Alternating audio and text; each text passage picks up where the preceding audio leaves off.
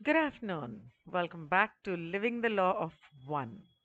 और पिछली बार जब जहां हम रुके थे, चैप्टर वन का ये जो हिस्सा था, गेम बोर्ड का, illusion on the game board का, इसके ऊपर वो बता रहे थे कि हमारा जो हमारी जो माया जाल है, उसमें हम ये जो जिंदगी का खेल खेल रहे हैं, ये कैसे खेल रहे हैं। तो आगे बढ़ते हैं। वो कहते हैं कि पूरब में जो लोगों की धारणाएं हैं, the belief systems of the east, मतलब कि हिंदुस्तान, चाइना, तिब्बत, शायद इनकी बात कर रहे हैं।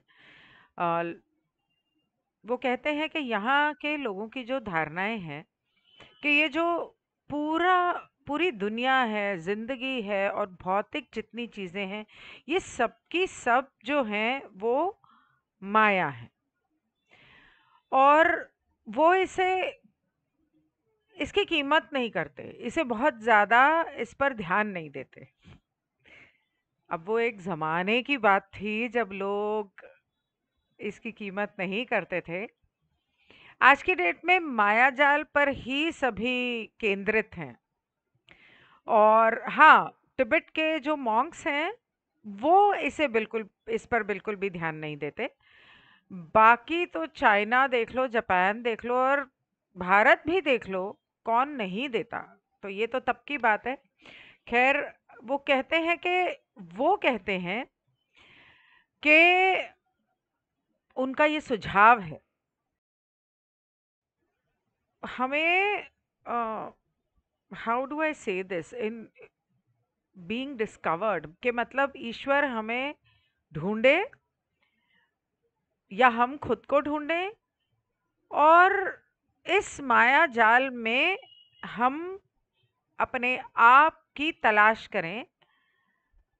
लेकिन ये जो माया जाल बढ़ता जा रहा है, पहले सिर्फ सिर्फ रोटी कपड़ा मकान चाहिए था, उसके बाद पढ़ाई लिखाई के लिए पैसा चाहिए, उसके बाद गाड़ी भी चाहिए, उसके बाद महंगे कपड़े भी चाहिए। फिर महंगे कपड़े आ गए तो साथ में matching sandals and shoes and bags भी चाहिए, ज्वेलरी भी चाहिए। दिन ब दिन ये लिस्ट बढ़ती जा रही है। अगर आज आप ये लिस्ट बनाओ, कहाँ मैंने पढ़ा था, हाँ, वो प्रवीण जी के वीडियो में था या शायद गौरहरी जी कह रहे थे कि इच्छा जो है वो कभी खत्म नहीं होती। डिजायर वो कभी खत्म नहीं होती। आज आप चाहोगे कि मुझे ये चाहिए, आप लिख लो। एक हफ्ता ट्राई करके देख लो, महीना ट्राई करके देख लो, एक साल ट्राई करके देख लो। आप लिस्ट बनाओगे कि मुझे क्या चाहिए और मुझे क्या नहीं चाहिए। उसके अंदर जो नहीं चाहिए वो तो शायद वही रहेगा, लेकिन जो चाहिए वो बदलता रहेगा। आज आपका पिज्जा खाने का मन है, कल आपका इडली खाने का मन है, परसों आपका नूडल्स खाने का मन है। और आज आपका गुलाबी साड़ी पहनने का मन कर रहा है और कल आपका पीला सूट पहनने का मन करेगा, या परसों आपको सफेद जीन्स पहनने का मन करेगा। और साथ में फिर उसके मैचिंग तो बदलता ही रहता है, नेल पॉलिश से लेके बिंदु बिंदी तक। और आजकल तो लोग सिंदूर भी मैचिंग लगाते हैं, देखे हैं मैंने। सिंदूर मैचिंग लगाते हैं, लिपस्टिक भी मैंने देखी है लोगों को मैचिंग लगाते हुए, कि मैंने ब्लू ड्रेस पहनी है तो मेरी लिपस्टिक भी ब्लू होगी। ब्लू, ग्रीन, ब्लैक, मैंने देखा है। लोग करते हैं ऐसा। पागलपन होता है वो, कभी किसी जमाने में मुझे भी हुआ करता था। तो इच्छाओं की जो इच्छाओं का जो तांता है वो कभी खत्म नहीं होता। और हमारी जिंदगी का असल में मकसद है इन सभी माया जाल की इच्छाओं से, उस से परे होके, दूर होके, उस स्पेस में जाना, उस जगह में जाना, मतलब अपने मन में उस जगह में पहुंच पाना जहां आपको किसी चीज की इच्छा नहीं रहती। भौतिक चीज़ों की भी, और इसमें और भी बहुत सारी चीज़ें होती हैं। जैसे पहले ज़माने में किसी को आम तौर पे अगर मैं एग्ज़ाम्पल दूँ, मैं ये समझाने की कोशिश कर रही हूँ कि जब मैं कहती हूँ कि हर तरह की इच्छा, तो उससे मेरा क्या मतलब है। पुराने ज़माने में इच्छाएँ बहुत लिमिटेड होती थी। शादी हो गई, ठीक है। बच्चा पैदा किया, घर सँभाला, पति आया, खाना दे दिया, बच्चे को पाला-पोसा, खत्म, रात को सो गए, ना दिन भर का काम करके। आज की डेट में पति से टाइम भी चाहिए, अगर प्यार नहीं करता है पति तो प्यार भी चाहिए, रोमांस भी चाहिए, घूमने भी जाना है। और अगर पति आपकी बात नहीं मानता, और ये सिर्फ बीवी पति और पत्नियों के लिए नहीं कह रही हूँ कि पत्नियां एक्सपेक्टेशंस रखती हैं, पति भी उतनी ही एक्सपेक्टेशंस रखते हैं। बीवी चाहिए जो कमाती हो, बीवी चाहिए जो स्लिम हो, हीरोइन ऐश्वर्या राय जैसी या करीना कपूर या दीपिका पादुकोण जैसी दिखती हो। बीवी चाहिए जो घर के अंदर सती सावित्री बनके किचन में खाना भी बनाए, रात को रंभा भी हो, और जब बाहर जाएं सोसाइटी में, पार्टी में, फंक्शंस में, तो मेनका भी हो। आदमियों की इच्छाएं कम नहीं है, उनकी भी बहुत सारी हैं। उल्टा उनकी ज्यादा है, क्योंकि अब वो चाहते हैं कि औरत कमाए भी और बच्चों को भी संभाले। औरतें भी चाहती हैं कि आदमियों का फर्ज है बच्चों को पालने में और घर के काम में हाथ बटाना, क्योंकि भाई अब तो मैं भी काम करती हूँ। तो वो बराबरी का जो जमाना आ गया है ना, तो उसके अंदर ना सिर्फ भौतिक इच्छाएं हैं जो आसमान तोड़ के निकल रही हैं ऊपर और ऊपर, बल्कि मानसिक और भावनात्मक इच्छाएं भी हैं। और मैं ये नहीं कह रही हूँ कि उसमें कुछ गलत है, गलत नहीं है।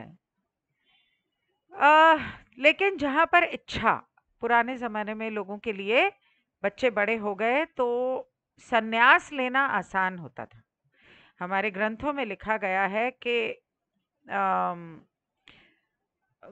वो 4 हिस्से होते हैं ज़िंदगी के। एक होता है बचपन, एक होता है गृहस्थ। बचपन, बचपन के बाद एक गृहस्थ होता है, 3 या 4।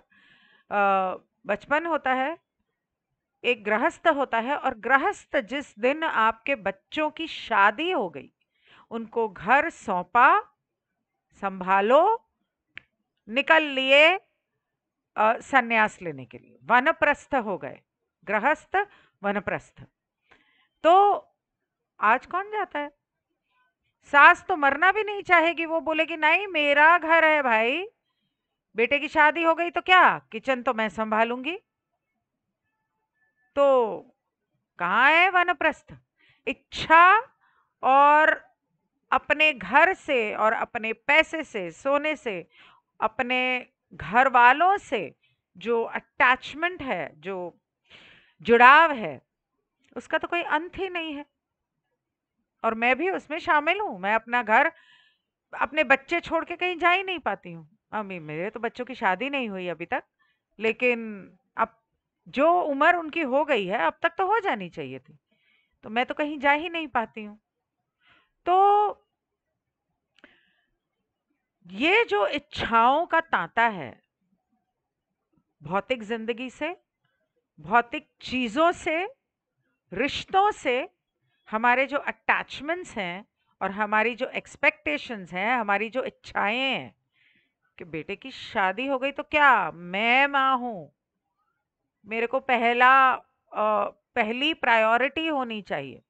बीवी है तो क्या हुआ, साथ सोती है तो क्या हुआ, बच्चे पैदा करती है तो क्या हुआ, उसके लिए गिफ्ट लाएगा तो मेरे लिए पहले ला, और दोनों में से जो अच्छा होगा वो ही मैं रखूंगी। कितने लोग करते हैं? आप में से कितने लोग अपनी बहुओं के साथ ऐसा करते हैं? और आप में से कितने लोगों की सास आपके साथ ऐसा करती है? और दूसरी तरफ अगर देखें तो औरतें, शादी हो जाएगी पर अपनी माँ का घर नहीं छोड़ेंगी। माँ के घर में क्या पक रहा है, बहू क्या कर रही है, बेटे ने क्या किया, वो कहाँ गई कहाँ नहीं गई, उसके घर में बिजली है कि नहीं, और मेरे घर में क्या हुआ, मेरे पति के साथ क्या हुआ, मेरे पति ने क्या कहा, एक एक मिनट की खबर अपने मायके की रखेंगी और अपने घर की देंगी। क्यों भाई, मायके में रहने दो ना उनको, चैन से जीने दो अपनी भाई और भाभी को, और अपनी माँ को भी उनके साथ बॉन्डिंग बनाने दो। अगर आप वहां से नहीं हटोगे तो बहू के साथ बॉन्डिंग कैसे बनेगी? फिर तो आपकी माँ कभी खुश नहीं रहेगी। और आप अगर ऐसा करोगे तो आपकी आपकी सास के साथ और पति के साथ बॉन्डिंग कैसे बनेगी? तो फिर आप कहाँ खुश रहोगे? दो नाव में पैर रख के सवार होने वाले रिश्ते कभी नहीं टिकते। अगर दो बीवियां अगर एक आदमी रखेगा तो वो तो टेंशन से ही मर जाएगा कि पहली को पता ना चल जाए, और दूसरी बोलेगी कि भाई तुम मुझे टाइम नहीं देते।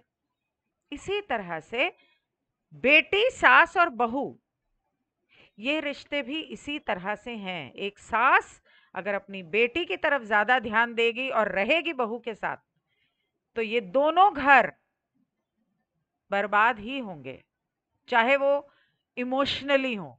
क्योंकि जब बहू परेशान होगी तो पति का दिमाग खाएगी, उसका काम में ध्यान नहीं लगेगा, blah blah blah blah. I can go on and on with examples. पर ये चीजें भी इच्छाएं हैं। और जब आप इस भौतिक जिंदगी से खुद को अलग करते हो या अपनी इच्छाओं को आ, मारना नहीं बोलूंगी, इच्छाओं को मारा नहीं जाता है, इच्छाओं को, ओशो ने कहा था, आमतौर पे मैं किसी को ऐसे गुरुओं को कोट नहीं करती, लेकिन एक चीज मुझे उनकी बहुत पसंद आई जब मैंने सेक्स टू सुपर कॉन्शियसनेस उनकी किताब पढ़ी, कि लोगों में वासना खत्म ही नहीं होती। कितना करोगे भाई? गीता में भी लिखा है कि सिर्फ जब बच्चा पैदा करना है तो मुहूर्त देख के उस एक दिन कर लो, उसके बाद बीवी को चैन से जीने दो, घर और बच्चे संभालने दो। पर नहीं। तो ओशो ने कहा था कि कितना करना है, कितना कर लोगे, कर लो एक बार, जी भर के कर लो, महीना, 2 महीना, 1 साल कर लो। लेकिन उसके बाद अपना, जब बोर हो जाओगे ना, क्योंकि बोर तो हो जाओगे, बोर तो डेफिनेटली हो जाओगे इन भौतिक फेक डिजायर्स और फेक ब्लिस से, एक दिन बोर हो जाता है इंसान। अब रोज अगर आपको पिज्जा भी पसंद है, बर्गर भी पसंद है, रोज कितना खाओगे? एक दिन बोलोगे यार माँ दाल चावल बना दे, तो बोर तो हो जाओगे। उसके बाद उस माँ का दाल चावल खाने का वक्त आता है जब आप अपनी उस ऊर्जा को अपने अंदर समा के, अपने अंदर समेट के उसे ऊपर उठाते हो, ताकि आप खुद को जान सको कि मेरे अंदर ये वासना खत्म क्यों नहीं हो रही, आखिर मुझे चाहिए क्या, और क्या है जो मुझे मिलने के बाद मैं उसे कभी बोर नहीं होने वाला। शांति, मन की शांति, हर तरह से शांति। क्योंकि एक बार आपके मन में शांति आ गई तो आपको मिलता है नहीं मिलता है उससे आपको कोई फर्क ही नहीं पड़ेगा। कुछ लोग होते हैं जिनको अगर सिर्फ रोज उबली हुई दाल चावल भी दे दो ना, खुशी से खा लेंगे, खुशी से खा लेंगे। बहुत लोग देखे हैं मैंने जो सारी उम्र यही खाते आए हैं। नींबू डाला, दाल चावल खा लिया, नमक नींबू, उबली हुई दाल, उबले हुए चावल।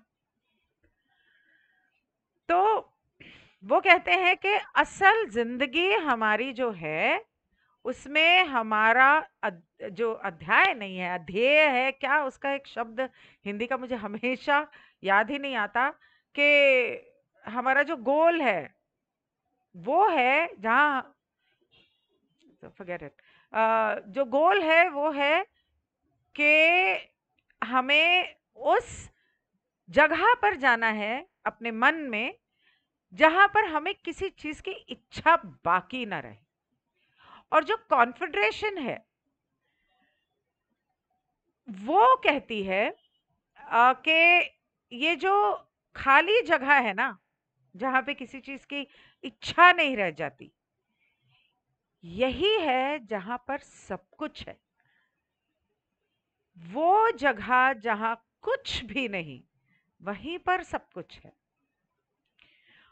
और कुओं कहते हैं कि आप जो बनाते हो और मैं जो हम जो बनाता हूं या मैं जो बनाते हूं इज अ प्लेनम। प्लेनम का मतलब मुझे नहीं पता, एक सेकंड मैं देखूं प्लेनम का मतलब क्या होता है। One sec. अगर पढ़ के सुनाऊं, क्योंकि उनकी उन्होंने जो कहा है उनके उसके शब्द कुछ इस तरह से थोड़े से हैं कि your creation and mine is a plenum, a vast infinity completely full of that light which is life itself and first manifestation। मतलब कि प्लेनम वो होता है जैसे पुराने जमाने के घर होते थे ना, तो दरवाजा यहाँ तक होता था, लेकिन और छत यहाँ तक होती थी, लेकिन उन दोनों के बीच में दरवाजे के ऊपर और खिड़कियों के ऊपर रोशनदान होता था, जहां आप उसको बस थोड़ा सा ऊपर या नीचे कर देते थे ताकि उसमें से गर्म हवा ऊपर निकल के चली जाए और ठंडी हवा आए। और इस तरह से वो एक वेंटिलेटर की तरह जैसे आप कह लो होता था। और उस जगह पर जहां पर अनंतता है, अनंत रोशनी है, वो अनंत वो जगह अनंत रोशनी से भरी हुई, जो जिंदगी है, जिंदगी का पहला चरण है। Confusing right? वन हिंदी का ट्रांसलेशन कहता है, हिंदी का ट्रांसलेशन कहता है, आपकी और मेरी रचना एक संपूर्ण, एक विशाल अनंतता है जो पूरी तरह से उस प्रकाश से भरी हुई है जो प्रथम अभिव्यक्ति में स्वयं जीवन है। That was the Hindi translation. So मैंने वही समझाने की कोशिश की कि ये जो समझ लो कि एक कमरा है पूरा, ये जो जिंदगी का पहला चरण है जिसके अंदर पूरी तरह से अनंत रोशनी भरी हुई है, और उस रोशनी में ऊपर वो रोशनदान जो है वो है जो हम बनाते हैं। That's what I understood. Dictionary defines plenum as the whole of space regarded as being filled with matter as opposed to a vacuum. आई? अच्छा, ये तो मैंने नेक्स्ट लाइन नहीं पढ़ी, पर मैंने जब गूगल किया था तो उसमें लिखा था कि वो रोशनदान होता है। और dictionary.com में कहते हैं कि प्लेनम जो होता है वो ऐसी जगह जिसके अंदर बहुत कुछ भरा हुआ है। ओ सॉरी सॉरी। सो अब ये काफ़ी लंबा हो गया वीडियो, तो मैं दोबारा रिकॉर्ड नहीं कर सकती, वरना जनरली मैं इसको दोबारा रिकॉर्ड कर लेती। तो सॉरी अबाउट दैट। तो मैंने गूगल पे देखा था तो प्लेनम का मतलब वो बताया था। और क्यों, अच्छा, एज रिगार्ड्स टू आर्किटेक्चर में भी, सो डिक्शनरी में ये लिखा है कि अच्छा, so then your creation and mind, मतलब आपकी और मेरी रचना वो जगह है जिसमें बहुत कुछ भरा हुआ है, बहुत सारी भौतिकता भरी हुई है।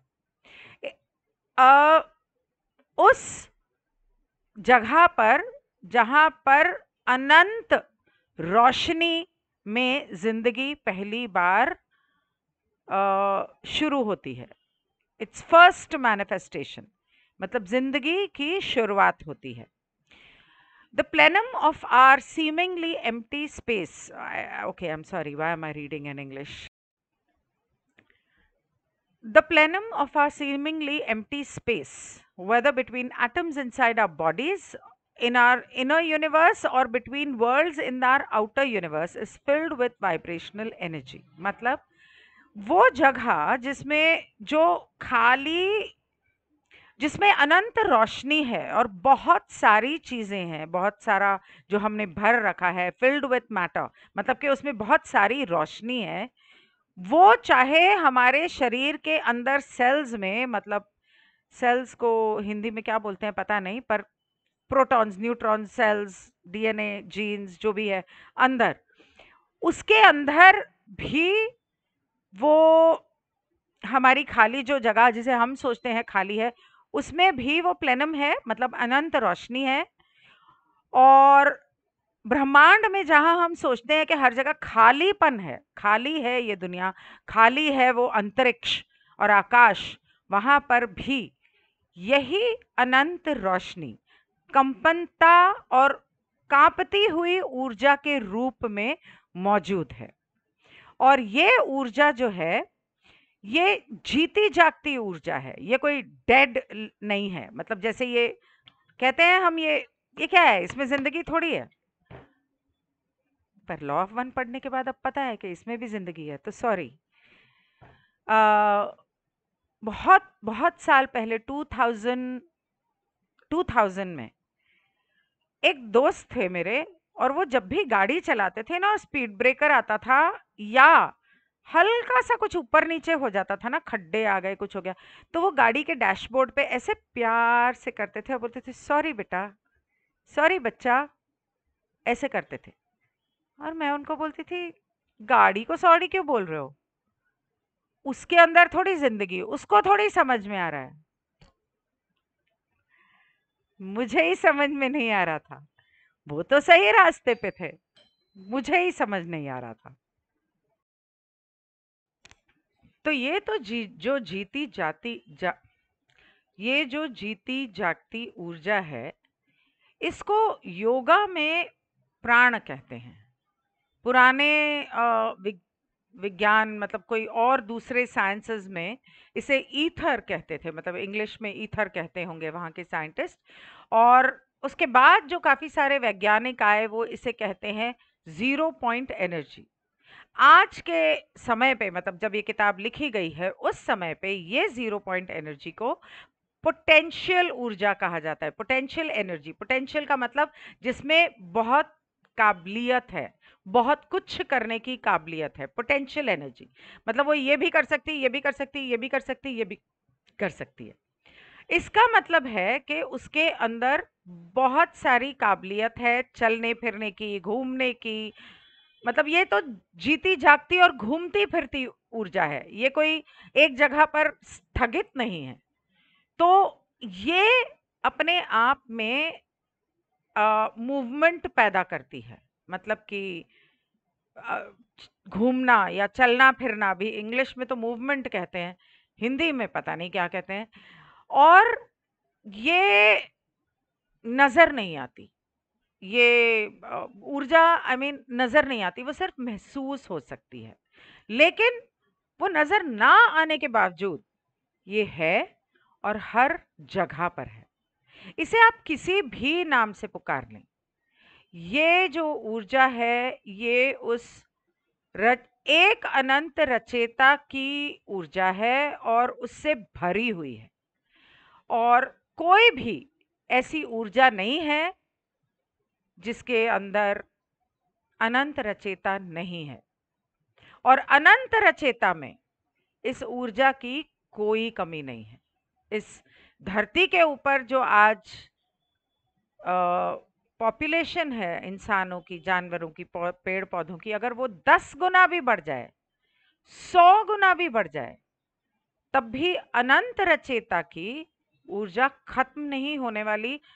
इसीलिए कहते हैं कि ब्रह्मांड के पास सभी को सब कुछ है देने के लिए। इस धरती का हर इंसान अंबानी की तरह पैसे वाला हो सकता है। आ, कोई सुंदरी, कौन कौन है सबसे सुंदर? अ, दीपिका पादुकोण या आलिया भट्ट या सनी, क्या ना, लियोनी? कोई भी जो आपको सुंदर लगती है, हर औरत इतनी सुंदर हो सकती है। हर आदमी, कौन, टॉम क्रूज, ब्रैड पिट, जो भी उनकी तरह सुंदर हो सकता है। पैसा हर एक के पास हो सकता है, प्यार हर एक के पास हो सकता है, प्यार की भी कोई कमी नहीं है। हर इंसान जो दुनिया का सबसे प्यार करने वाला कपल होगा, उन दोनों की तरह दुनिया के हर कपल में प्यार हो सकता है। वो प्यार देने की अनंत रचेता के पास क्षमता है। मैं ये सारी बातें इसलिए कह रही हूं क्योंकि सिर्फ चीज को पैसे के तराजू में मत तोलें कि अगर ब्रह्मांड को सबके लिए सब कुछ देने की काबिलियत है तो हमें पैसा दे दे। सिर्फ पैसा नहीं है, बहुत कुछ है जो सोच सकते हो आप, वो है। खाना है, हर चीज है। हमारी बहुत सारी इच्छाएं होती हैं, सम्मान है, इज्जत है, नाम है, पैसा है, सुंदरता है, खुशी है, शांति है, बहुत सारी चीजें होती हैं जो हर इंसान चाहता है। शायद उन्हें कभी-कभी उसका एहसास नहीं होता, लेकिन चाहते सभी हैं। तो ब्रह्मांड के पास, उस अनंत रचयिता के पास किसी चीज की कमी नहीं। और इसीलिए मुझे हमेशा वो बात याद आती है और कभी नहीं भूलती, जो मैंने बचपन में एक बार सत्संग में सुनी थी। कल भी मैं एक सत्संग में गई थी तो मुझे याद आ रही थी कि सत्संग में ये बात कही थी कि भगवान के पास जो गरीब होता है ना, उसके घर में चाय बनाने के लिए दूध ना हो, या बच्चों को सुबह पिलाने के लिए एक कप दूध ना हो, तो वो चाय पिलाते। चाय के लिए दूध ना हो तो काली चाय पीते हैं। पर बहुत दुख होता होगा उस माँ को कि दूध इतना महंगा है। पुराने जमाने में तो घर घर में गाय होती थी, और नहीं थी तो पड़ोसी से एक कप ले भी आए तो कोई पड़ोसी बुरा नहीं मानता था, सामने से दे जाते थे। तो उस वक्त उन्होंने विचार में ये कहा था, जब गुरुजी उन्होंने बताया था बाबा जी ने कि ब्रह्मांड के पास बहुत है, मांगो तो सही, मांग के तो देखो। दूध मांगो, मलाई मांगो, दही मांगो, खीर मांगो, बदखीर में डालने के लिए बादाम मांगो, सब कुछ मांगो। प्यार मांगो, पैसा मांगो, शांति मांगो, सुख मांगो, बच्चे मांगो, एक अच्छा पति मांगो, एक अच्छी सास मांगो, या एक अच्छी बीवी मांगो। सब कुछ है उसके पास देने के लिए। आप अगर सही तरीके से मांगो तो। पहली बात तो हम मांगते नहीं हैं, हम कहते हैं नहीं मुझे ये नहीं चाहिए, लेकिन आपको खुद नहीं पता कि आपको क्या चाहिए। अगर आज, अगर आप मैरिड हो तो आप लिस्ट बनाओ कि आपने बचपन में या जवानी में किस तरह का पति चाहा था, आपको क्या नहीं चाहिए था, वो लिस्ट जल्दी बन जाएगी। और अगर आप सिंगल हो तो वो लिस्ट बनाओ कि आपको किस तरह का आदमी चाहिए, सर के बाल से लेके पैरों तक। आप बोलोगे नहीं नहीं हरी आंखें नहीं, नीली ठीक है। अच्छा बाल, हाँ काले या भूरे। और लंबा कितना होना चाहिए, मेरे से थोड़ा 2 इंच लंबा। और मोटा नहीं, नहीं मोटा नहीं, नहीं पतला। आज की डेट में ऊपर से कैसे दिखता है, ये तो आप फिल्में देख के जो मॉडल्स आपके दिमाग में बैठ गए हैं उसमें से झट से डिसाइड कर लोगे। देखने में तो ऐसा चाहिए। पता है कृष्ण ने, द्रौपदी ने एक दिन कृष्ण से पूछा, मेरे साथ ऐसा क्यों किया, मेरे नसीब में, मेरी शादी तो अर्जुन से हुई थी, तो मेरे नसीब में 5 पति क्यों लिखे।